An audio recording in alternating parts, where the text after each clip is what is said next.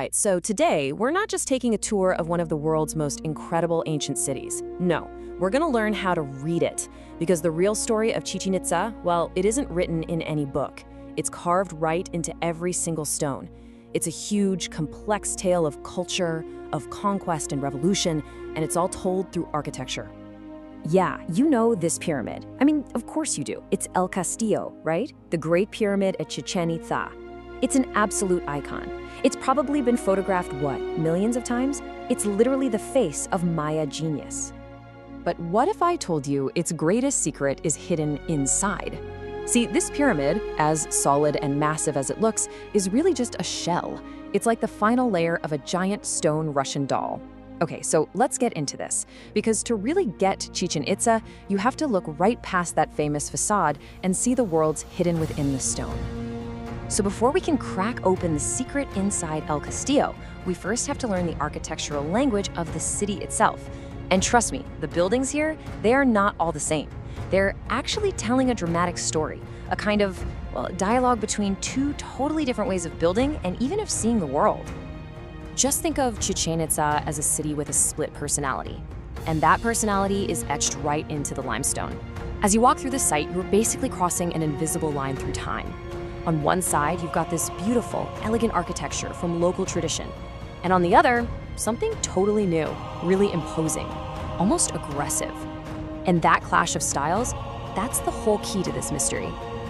Okay, so let's break it down. We're talking about two completely different architectural blueprints here.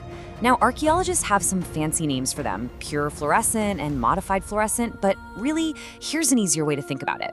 It's the original, local Maya style versus this powerful, new style that kind of shows up with a foreign ideology and just completely changes everything.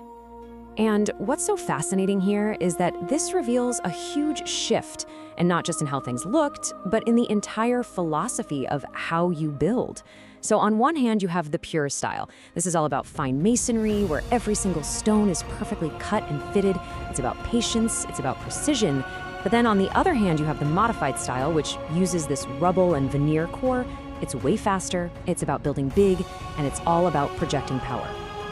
So this first style, you can think of it as the architectural DNA of the region.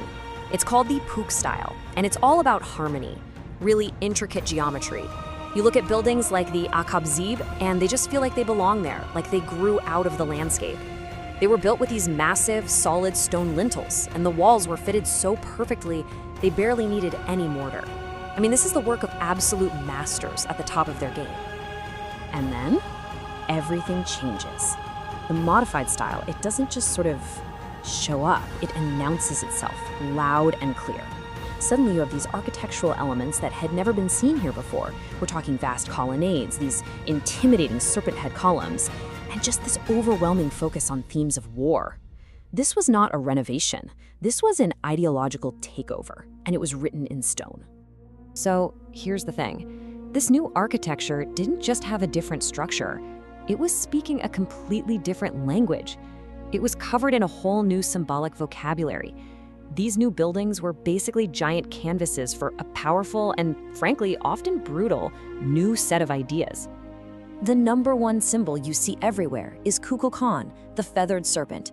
This god, who is tied to cultures way over in central Mexico, basically becomes the new patron of the city. But here's the really cool part. His image isn't just carved on the buildings.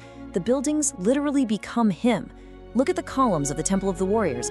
They aren't just columns holding up a roof. They are serpents. That's architecture as a living embodiment of an idea. And then there's this figure, the Chakmol. This is another key piece of this new architectural puzzle. It's a very specific kind of strange sculpture, and it's always placed right at the entrance to a temple. It's a functional piece of ritual architecture. It's a station for offerings, and yeah, maybe even human hearts, that you literally had to walk past to get into the holy spaces. And this new imagery, it's just relentless. It's everywhere. You see these carvings of prowling jaguars, of eagles clutching human hearts. There are entire platforms, they're called Tsampantli, that are built to look exactly like racks of human skulls. The message being broadcast by these buildings could not be clearer. This place is now all about war, power, and sacrifice. Okay, all of this brings us back to where we started, El Castillo. Now that we understand these two competing architectural languages, we can finally crack the code of the masterpiece itself. We can finally read the story that this pyramid has been hiding for 1,000 years. That's right. The greatest secret was hidden in plain sight, buried inside the stone of El Castillo itself. There's another older pyramid inside the one we all know. It's called the Castillo sub, and it's preserved in there like a time capsule. The massive pyramid we see today was built on purpose right over it to completely encase it. And that inner pyramid, it's a perfect architectural snapshot of that exact moment in history when this new, modified style was just starting to take over. So, you're probably wondering, how on earth did we get inside? Well, back in the 1930s, archaeologists literally tunneled right into the pyramid's core. Super brave stuff. But today, we're going even further, using incredible technologies like 3D structured light scanners to build a perfect digital twin of this hidden world. It lets us, excavate it with light itself instead of picks and shovels. It's amazing. And this just shows you what a massive leap that is. On the one side, you have this beautiful hand-drawn reconstruction from 1947, the best guess they had at the time. On the other, you have the raw data from the new scans. We are not guessing anymore. We can see the facade with millimeter accuracy. We can analyze the marks left by their tools. We can understand what the original builders were trying to do with a clarity that was it was completely impossible before. The original excavators, they found more than just walls and stairs. When they finally broke through to that small temple on top of the hidden pyramid, they realized its builders had left something behind. They had sealed it away in total darkness for centuries. So right at the entrance, a classic chalk mold figure was standing guard. And then past that, in the main chamber, they found this, a throne. It was carved into the shape of a powerful jaguar, painted this incredible, startling red color with beautiful jade inlays for its spots and shell for its eyes. This isn't just a sculpture, you guys. It's a piece of ceremonial architecture. It was the absolute focal point of power in this secret, hidden space.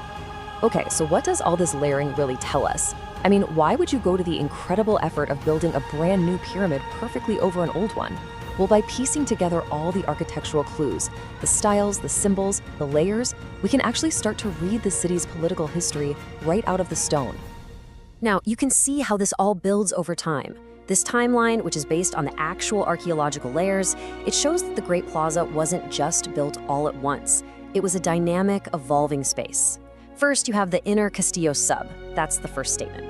Then, it gets totally covered by the bigger, grander Castillo. And finally, the Temple of the Warriors complex gets built, which completes this huge transformation. Every single one of these building projects was like a new political chapter for the city. So this is the main takeaway, the really crucial point.